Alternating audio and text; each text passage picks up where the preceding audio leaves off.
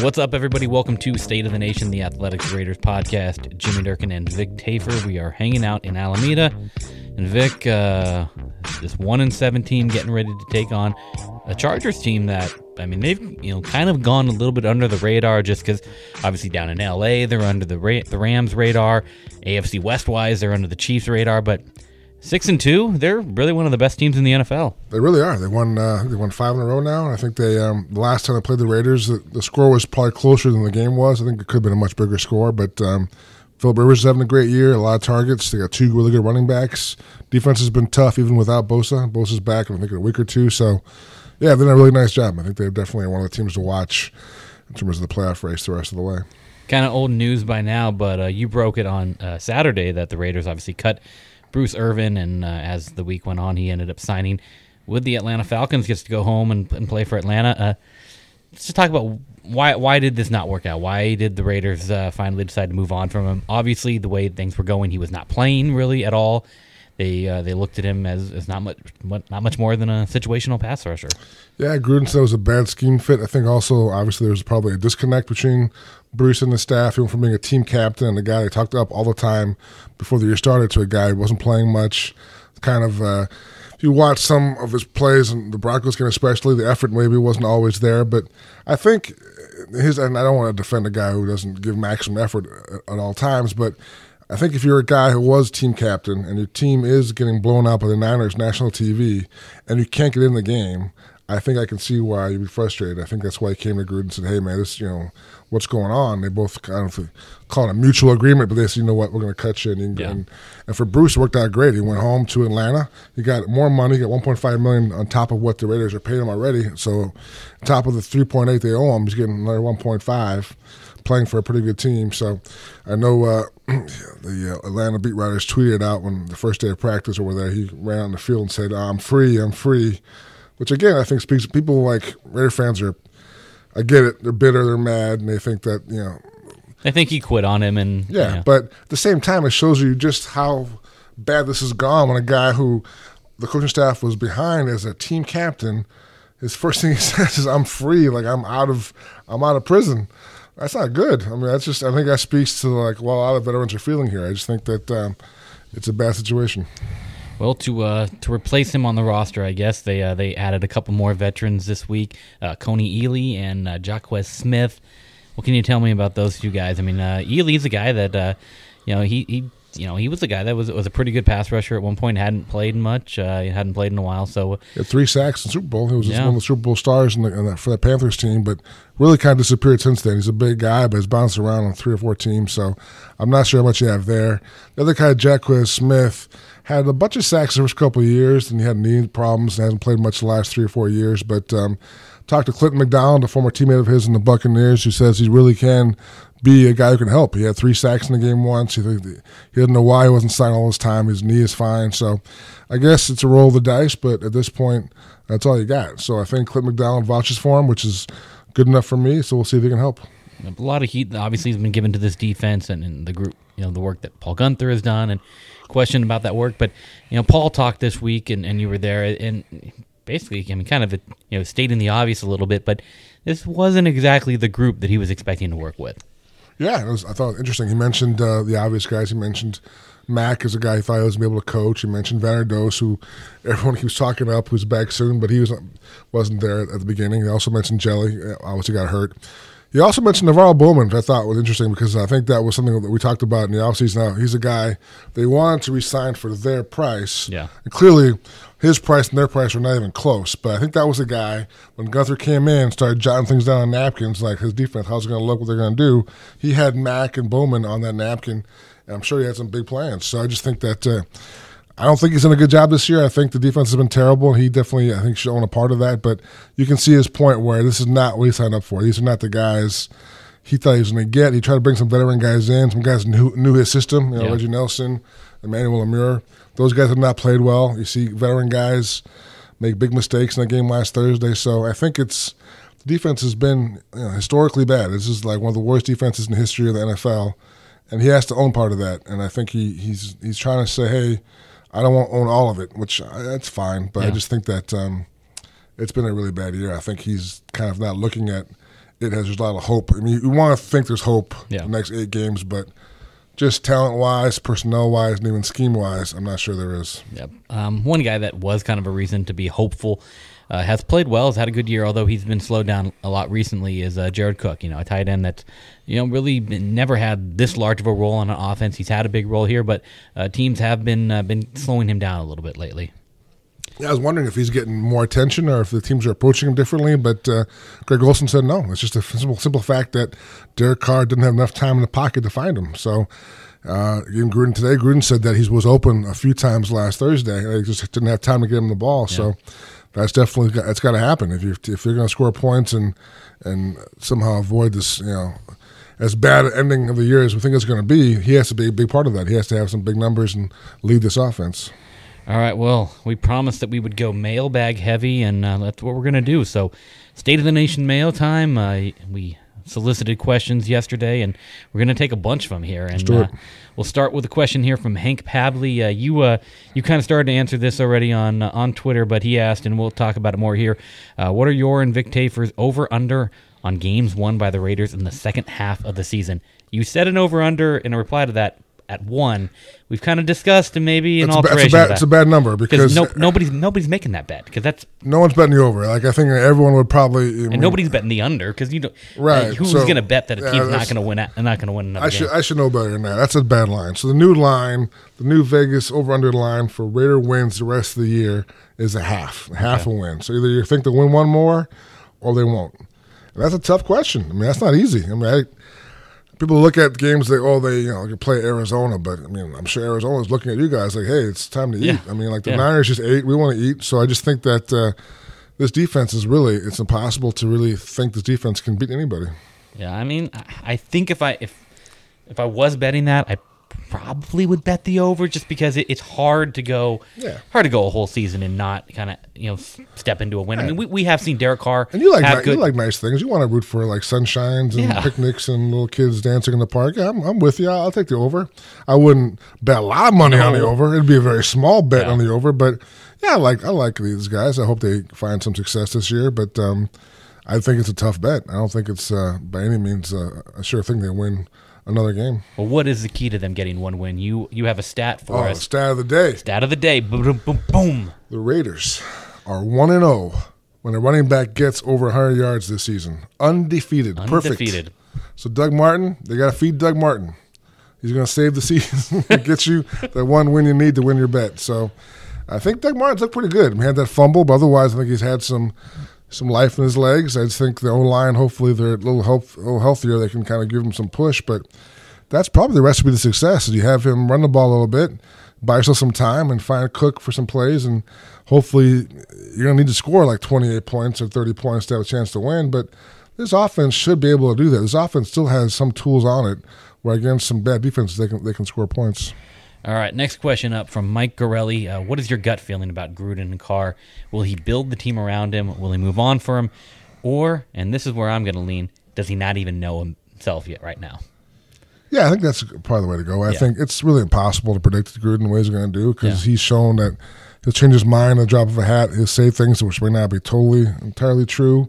I'm not sure if he really knows, like, is this a total rebuild or is it just like a gut this year and shoot for the moon next year? So I think he'll have to see some improvement from Carr. I think that goes both ways. Either you've proved to yourself and to him that he's a part of this thing going forward, or else you improve his trade value. So I just think there's no way anyone can know what the answer is. Even Derek Carr will tell you. I mean, if Derek Carr won't tell you it's on the record, but I think in his heart of hearts, he knows there's no guarantee. He knows he can't possibly think for sure he's here next year or the year after that. I think it's wide open. All right, and we're going to kind of build into that question a little bit here from Jonathan Pesso. How long of a rebuild do you think this will be? 2 to 3 years or longer?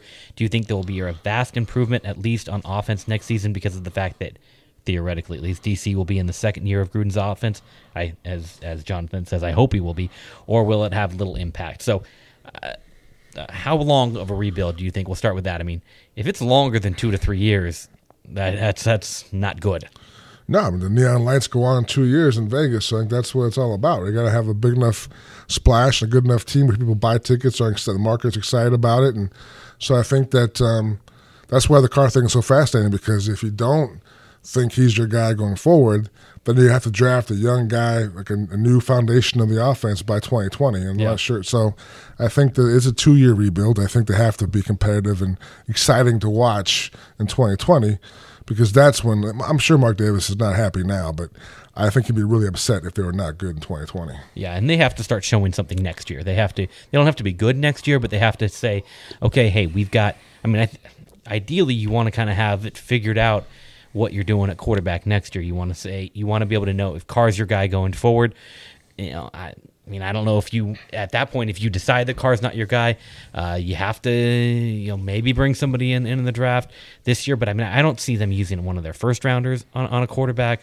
But maybe you take a flyer on a third or fourth rounder, and you maybe get lucky that guy can kind of develop, and possibly in 2020 you're nervously a little bit turning it over to them. That's why they're not in a great position there, because if Carr's not your guy, and I think you got to give him until next year to decide that, do you go into the new stadium, do you go into Vegas with a new quarterback, and all the question marks that would come there. So that's going to be what determines how long this rebuild is. Yeah, I think again with Gruden, I think it's hard to figure out, will he have the patience? Will he have the patience for a long, methodical rebuild, or will he make a big splash next year in free agency? Like, hey, if we're playing in Oakland next year or playing wherever they're playing, do I need a guy that at least gives me some buzz and gets fans off my back? Do I sign a Le'Veon Bell and make a big splash that way? So I think I could definitely see him making this. I could see that in the free agency. Like, you know what? We're getting this guy. This guy's too good. He'll change things around. He gets very excited about some of his ideas pretty quickly. So I could see him doing that. So I just think that it's hard to really gauge what their plans are going to be in free agency as far as, do you want younger guys who may not be established already, or are you looking for just a big splash guy who's going to help you win sooner than later and sell some tickets? On to the second part of that question. Do you expect, assuming that you move forward with Carr, do you expect a vast improvement next year? I think there should be at least some steady improvement, you would hope, going into year 2 with Carr and Gruden. Yeah, I hope to see it this year. I think there's, I know the excuses are like the new system and all that stuff, but other guys have come in and done well. Like, look at McVay and Goff last year. It was immediate pretty much, and he's even gotten better this year. So I just think that's really not an excuse is going to work for much longer. But again, now the injuries in the O-line. The injuries in the O-line make it all much harder to analyze where Carr is, how much further he has to go in his development. Are they in sync? So he's shown some good things. He's also made some really bad decisions. So I think you have to see, hopefully the line's good enough or better this rest of this year. We can see some signs this year. And I think that's what Gruden's looking for. I have to see signs now to make sure that we're on the right track. Yeah. All right, question here from Raider Ray. How would you describe the differences at practice between the beginning of the season and now in regards to motivation, morale, attitudes, mental and physical toughness? And we'll couch this question by saying we don't really get to see practice. You're out here every day, but you get to watch him stretch. You get to watch him interact a little bit at the beginning of practice, but you don't get to see much. Right, and we see a lot more in the offseason. Some of those things we can watch the entire practices in the offseason. So you see the constant movement and the guys off the field, on the field, new plays been sent out, new formations, a lot more. It was a very hectic kind of a good energy in the offseason. I don't know if that's still the case, but I know that when we watch stretching in the first part of individual drills, the guys are professional. No one's going to be lollygagging in practice, so I think it's all right. But it's hard to see what's really going on when we're off the field. Definitely. All right. Well, we're going to take a little bit of a forward-thinking approach here with a couple questions from Chandler. I know it's still early, but the draft is kind of all us Raider fans have to look forward to at this point. Who are some of the top prospects y'all think the Raiders should be considering with those first-round picks? And what we're going to do here is we're going to send you a couple recommendations. I don't know about you, Vic. I have not dived in yet to totally studying the 2019 draft, but the beauty of us here at The Athletic is we do have other people that do that, and Dane Brugler is really our draft guru. Obviously, guys like John Middlecoff, Ted Nguyen, they study it too, and they'll study it more in the offseason, but Dane is basically on top of it really all year long. And so he's got his latest update came out about 3 weeks ago, October 18th, his top 32 midseason draft board. And no surprise, number one is Nick Bosa. Even without him playing, he's a guy that obviously everybody loves as a potential number one draft pick. You do question the injury and his decision to leave the program to rehab it. But I expectation is that he's going to be healthy for the offseason. And so he's a guy to consider if you're there at number one. The top quarterback, really, by all accounts, and he's number 2 on Dane's list, is Justin Herbert, the quarterback from Oregon. And the one thing I think that's probably good for the Raiders is as you look kind of through this whole list, there's a lot of guys on defense, a lot of guys on the defensive line, and so you hope that there are some impact players if you need to focus on building up getting a stud pass rushing defensive tackle or defensive end. Ed Oliver from Houston, Quinnen Williams, Alabama.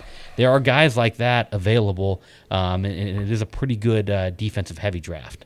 Oliver's a beast. I wonder if after you draft guys like Hall in round 2 and Mo Hurst has been a big.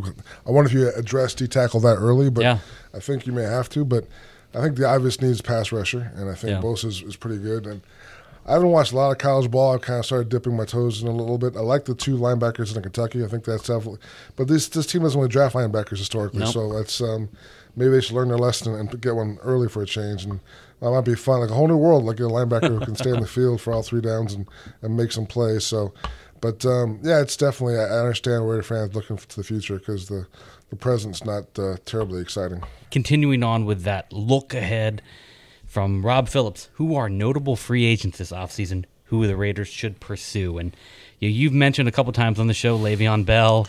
I'm not saying it's logical. I just a weird gut feeling I have. I think that's Gruden's kind of running back. I think the price will not be ridiculous based on what happened this year. I think teams will shy away from him, and I think it's not really logical. I think you wouldn't really want to spend a lot of money on a free agent running back, but I'm not sure Gruden's really logical. So it'll definitely be a big splash thing that Mark Davis has approved, a big splash thing to get him back in the good graces of fans. So I just, for some reason, that's one that kind of sticks in my craw a little bit as a possibility. One name that Robert Cisneros, another question, kind of asked about, Jadeveon Clowney. I don't really see that one. No, I think if you're not going to pay Mac that money and for whatever reason you trade him, I don't know why you would sign a free agent pass rusher. I think you've now said, okay, we have to draft pass rushers. We have to get young guys who are affordable for a while and not spend a lot of money on them. So that wouldn't make much sense to me at all. Yeah, as I'm looking at one of the free agent lists, a lot of guys. I mean, that Trey Flowers. You see a lot of guys, kind of edge guys. It's always hard to say who ends up actually being a free agent. Who ends up getting re-signed, franchise tagged, and the guys end up getting cut. And it's always hard to predict who ends up being a free agent. Safety is a position they could use some help. I mean, I got one for you. I'm not sure he'll be a free agent, but I think there's a decent chance the Bengals may move on from Vontaze Burfict. Yeah, I think they definitely will go after him. I think that'd be a guy they'd be very high on getting. I think Gunther loves him. I think that's the kind of guy that Gruden wants in terms of the energy, the nastiness, and kind of like to reshape this defense. So I know he's got a history of dirty plays, and a lot of fans around the league don't like him. But to me, if he's available, he's a guy that'd be pretty close to the top of their wish list, I would think. Yeah, I mean, and you would think that any available edge rushers that come up, they're going to look at, because I mean, if you can feel like you can upgrade and grab your edge rusher in free agency and then use those first round picks on somebody else, or you need 2. I mean, you hope Arden Key ends up being one of them, but you need more than one. So if they can find, there's some 4-3 defensive ends. I mean, does a Frank Clark become available? Does the Ziggy Ansah become available? I know he's had a lot of injury issues this year. Right. Problem there is once one of those guys gets a lot of money, it kind of sets the market, and I just don't know if they want to get that deep into it. But I agree with you in terms of there's a guy who's maybe like a Bruce Irvin type, a guy who's like an 8 to 10 sack guy a year, who won't break the bank, then definitely I agree with you. They'll definitely go after that kind of guy. Yeah, because kind of going back a little bit to the draft too is one thing I don't really think they can do in the first round is, and maybe even if they probably should, is they can't really look at an offensive tackle. I mean, just because they spent first and third rounders this year, and I think at this point you kind of just have to hope that those are the guys that work out. Yeah, I would think so. I would think that they like Miller a lot. I think Parker's more of a question mark at this point. Both guys have to gain a lot of strength in the offseason, but I think if for whatever reason Parker doesn't work out, then you sign a veteran guy. Like the original plan was Breno Giacomini. I mean, he walked away from here $1.3 million because he was the guy they thought would be their stopgap guy at right tackle. So those guys are out there. So you sign a guy like him to maybe at least plug the hole for a year until he gets somebody else in there. But I really would question drafting a tackle that high again because you just spent 2 of your top 3 picks this year on a tackle. Yeah. All right, Steve Brown asked, and I did a little research for him to kind of answer this. What's the estimated cost of free agent signees this year who are already cut or will be cut before 2019? And have any of them been solid? He throws out Worley, and I don't know why he threw out Tank Carradine. He basically didn't play. He gone. He gone. But I mean, Worley has been the one guy he's been probably their best free agent signee. Yeah. I mean, they didn't pay him much. They've got him restricted next He's year. young. Yeah, they really like him a lot. In the coach's minds, he's the number one corner on his team. All right, so I came up with a list. Let me see. Of kind of guys that we know who has been cut already. Obviously, you mentioned Giacomini. Sharice Wright didn't get paid much, but there's a few guys here that have already been cut. Of course, Bruce Irvin. He doesn't really count as a guy that they signed this year, but they gave the blessing to bring him back. I count Bruce because they could have cut him for no dead cap money, and they decided to keep him. Yeah, They pay him $8 million. So when you can lose a guy and not lose anything, or there's no financial hit, and you keep him for $8 million, and to me, he's on your ledger. He's a guy you decided was a piece. You made him a team captain, so I think that's another black mark on the coaching staff this year. All right, so I'll add him into this list, and now and I'll kind of go through the names with you and see where you think in terms of are these guys that you would expect to be cut. I've got it at about $40 million spent on all these names, and some of these guys are just 1 year guys that have already been cut. Or I'm including Rashawn Melvin because he's basically been cut because they're not paying him anymore. I mean, they're not playing him. He's basically just sitting around. He gone. He gone. So Jordy Nelson is a guy about $7.4 million this year. He would be due a non-guaranteed 7.2 next year. I just can't see you paying $7.2 million for that production. No, I think he wouldn't want to be here. I think he came here for a team he thought might to contend, and he came for. I think he can't be looking at next year, and they can't be. I mean, I think it'd be a mutual separation next year. All right, Tahir Whitehead, $6.375 million this year, which was all guaranteed, but then it goes to the same total, $6.35 next year, non-guaranteed, $6.25 in 2020, non-guaranteed. To pay almost $6.4 million to Tahir Whitehead when it's not guaranteed, and I know Gruden has praised him, but what do you think? I just can't see why. I mean, he's a great guy, but he has not made any plays this year in the field. I just don't know. I mean, he's one of the guys, one of the veteran guys I asked Gunther about, guys who are making mistakes, guys who you can blame the young guys for making mistakes in terms of where they're supposed to be and the bad fits, but here's a guy you're paying a lot of money, and a guy is supposed to be one of your leaders on defense, and he hasn't done anything. I mean, he's not good in the passing game or the run game. So he's a little better in the run game, but I just unless you're confident if you get a lot of surrounding talent around him, he'll be a lot better. But that's a big price to pay for that kind of assumption. All right, and here's a couple guys I'm going to ask your opinion on. Kyle Wilbur is basically a special teams guy that's played a little bit of linebacker. He $1 million this year, and then he's due $1.75 million next year to play special teams. I can't see it, but again, Gruden loves Bisaccia. I think Bisaccia is one of the guys been given a pass this year, but not done a great job in my book. The guys they brought in, Wilbur and Keith Smith, not really difference makers. The kicking thing was kind of bungled. The punter they drafted's not been good. If you draft a punter, he has to be lights really out. Good. He has to be, because those guys are literally on the street holding up signs. Do I want to work for you for not much? So, he's been really bad. I know Gruden says that he's booming him in practice when we're not watching, and he's going to be great, but he's got to be really worried about that guy as far as we just wasted another draft pick. So, yeah, I wouldn't bring back Wilbur, but, what do I know? You mentioned Keith Smith. He would be due $1.5 million next year. That's not guaranteed. Gruden needs a fullback. He likes fullbacks, so I don't know. He hasn't had a whole huge role on offense. Well, after those two drops, kind of pulled the plug on that guy. So I just, again, these are, special teams. These guys, and Dwayne Harris, another guy. These guys are getting paid pretty good money, and you advertise the guys to come in and kind of change the culture on that unit, and they haven't. It's not been a good unit. So I just don't know how you can bring those guys back. All right, Derek Carrier, he would be due $1.7 million next year. I love that guy. Remember the Lions scrimmage and training camp? He was killing it. I was like, this is going to be all year long, 2 tight ends. You can't stop Cook and Carrier. It's it's unstoppable. I thought this team was going to go. I think I picked him for 7 wins or 9 wins, whatever I picked. But what happens? What happened to Derek Carrier? Secret weapon? What did Gruden call him? A joker or a wild card? Yeah, Joker. Yeah. Where's the Joker? I want to see the Joker, but.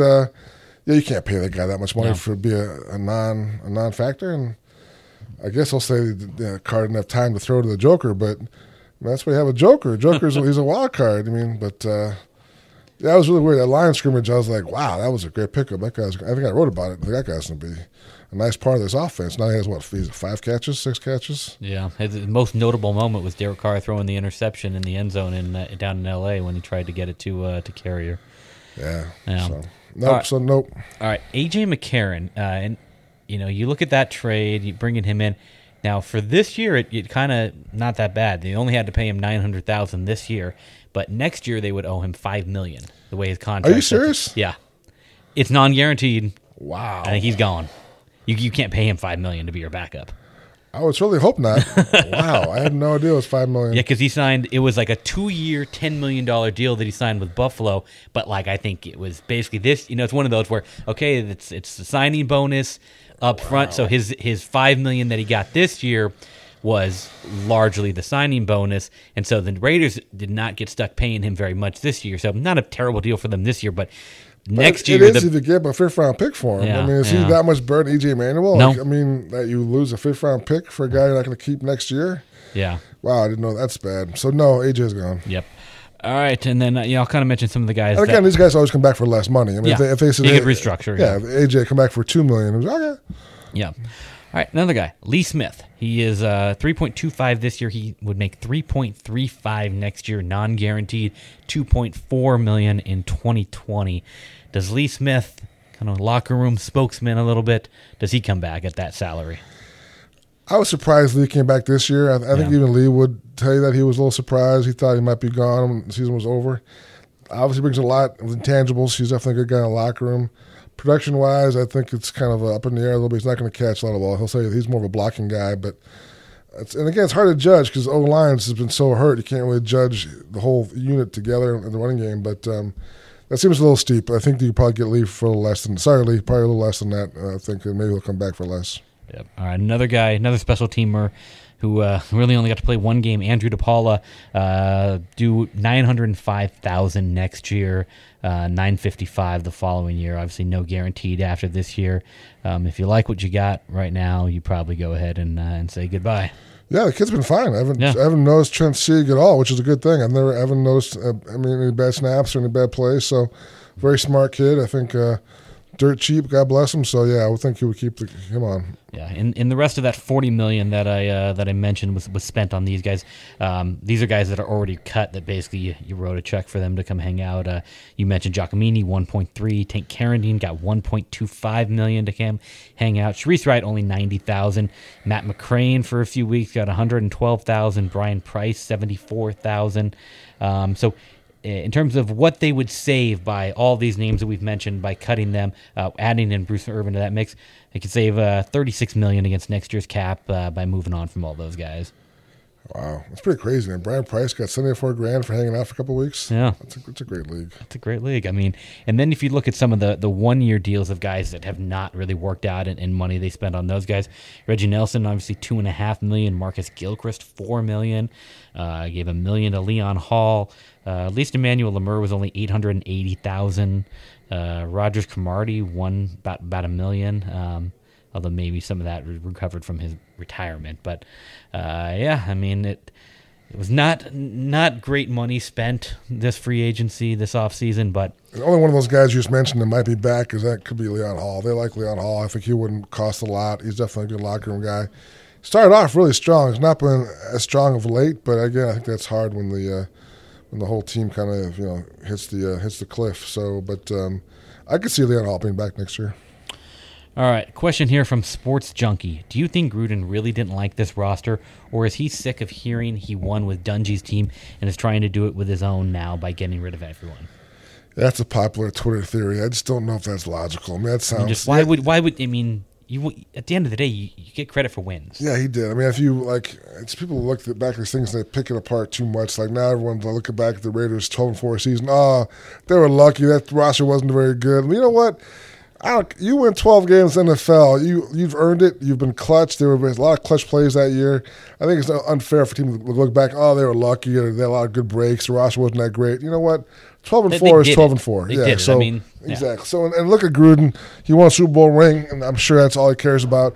I mean, some critics say, yeah, it was Tony Dungy's roster, but that's sports talk. That's sports radio talk. That's not really something I'm sure Gruden talks about or thinks about. So I think it has to be the first one. I think at some point, I don't know when this was. He won't tell us when this was, but looked at his roster and like, you know what?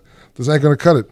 We getting all these veteran guys we did and trading the third from Martavis and trying to win this year. It's not going to work, and we're not going to be able to get Mac in our terms when we want him. So we got to trade him. Kind of panic there. So I think once you do that, it always kind of spirals, and you start trading Cooper, and you cut Bruce Irvin. You're paying Bruce Irvin $3.8 million to not play for you for the next 8 games. So I think at this point, you don't want to use the word tank, but they're not trying to win this year. They're looking towards next year. So that's because he thought his roster wasn't good enough at some point. I don't know when it was, but at some point, that's the only logical reason, explanation I can think of for what's happened here. Yeah, I mean, honestly, they're at that situation where the more they lose, the better their pick is, and now that with having 3 picks, they are well positioned. You know, we talked about how quick this rebuild can happen. They are well positioned to try to have a quick rebuild. The key becomes hitting on all of those picks. I mean, you have to. I mean, 2 out of those 3 guys, I think, have to be Pro Bowl type players, and the third has to be pretty good.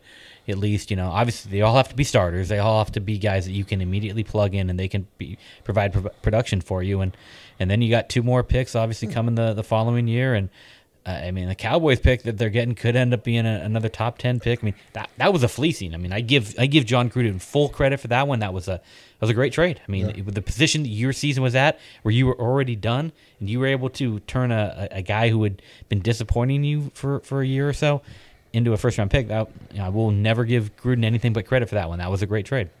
I agree. The asterisk I'll say on that one is I think if where you drafted him originally and the player you thought he was going to be, the flashes he showed occasionally of being that guy, for Gruden to come in and say, you know what, I've seen everything. He'll be the centerpiece of my offense. That's a guy. And to go from there to like totally giving up on the guy, like, you know what, I can't.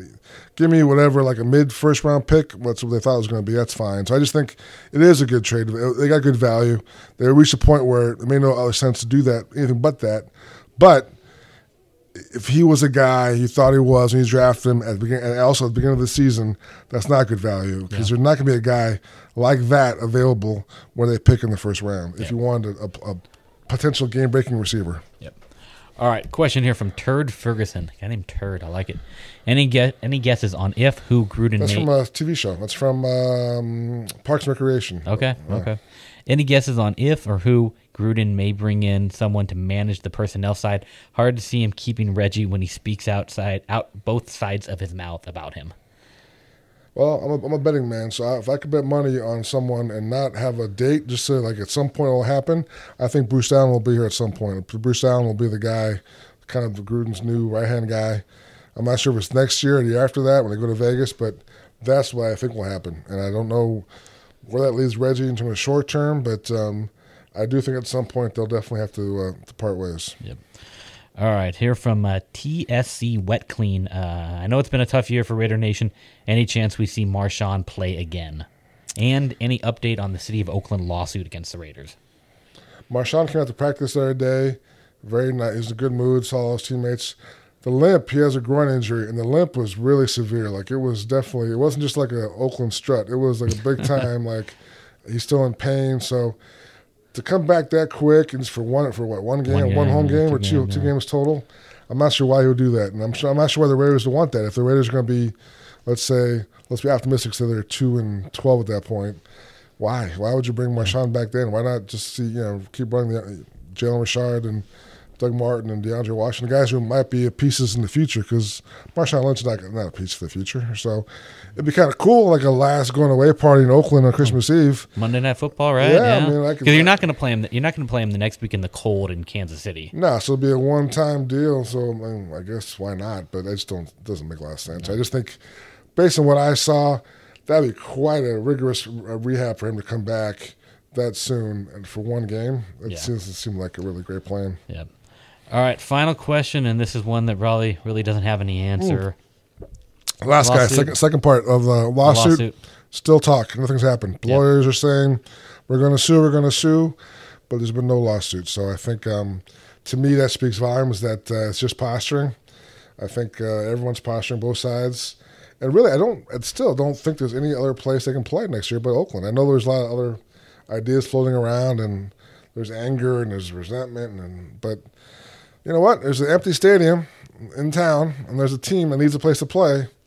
For 1 year, I think that's a good marriage. Yeah, that plays into our last question from Chris. Where are the home games going to be played at next season?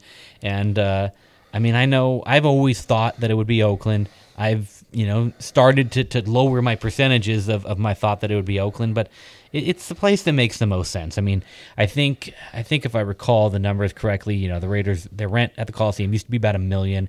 I think it got tripled up to $3 million. If I'm Oakland, I say, hey, it's $10 million. For 1 year, I think it might be. I think because they're doing these 1 year, year-to-year leases, so it might be more than that $3 million now, maybe like $5 million or so. If I'm Oakland, I say $10 million. And what are you going to do? What really are you going to do? Or do you want to play all your games on the road?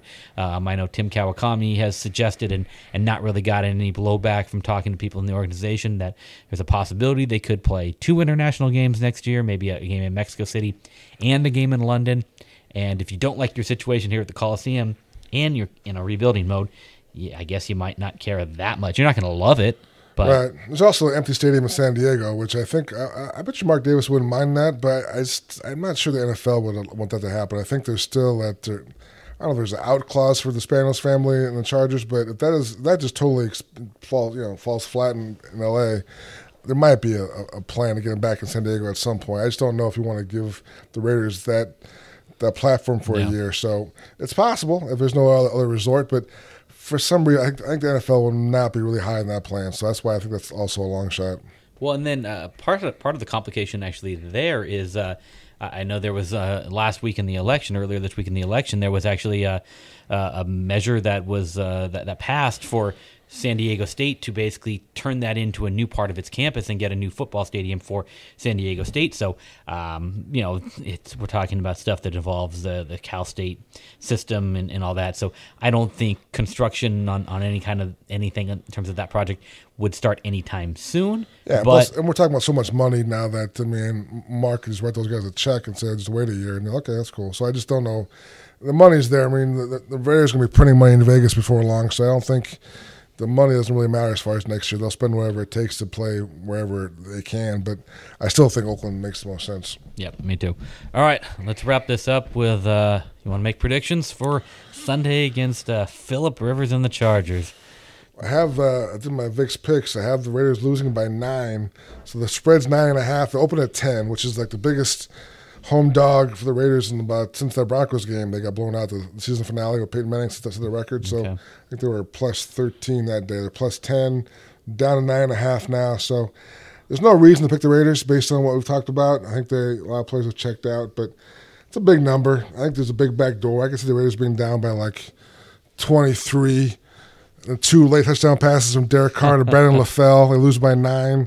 So they're going to lose. I'll predict it to be 38-29 Chargers. Okay. I already wrote up my prediction that'll run tomorrow on The Athletic. I have the final score. I believe I did 31-20, 31. I think it was either 31-20 or 31-21. So I do have the Chargers, I guess, slightly covering. Yes. I wasn't paying attention to the spread when I made my pick. But my kind of narrative there is that I could see the Raiders are going to have a little bit of fight, right? They got to have something in them. You watch the game Thursday? That's true. After that, you can't do that 2 games in a row. So what I'm calling for is a decent first half. Okay. Maybe it's tied. Feed Doug Martin. Feed Doug Martin. That's what I heard. Are we ever going to get this guy to stop talking about Doug Martin? This guy is like Gruden Jr. over here. Hey, man, I'm trying to be positive.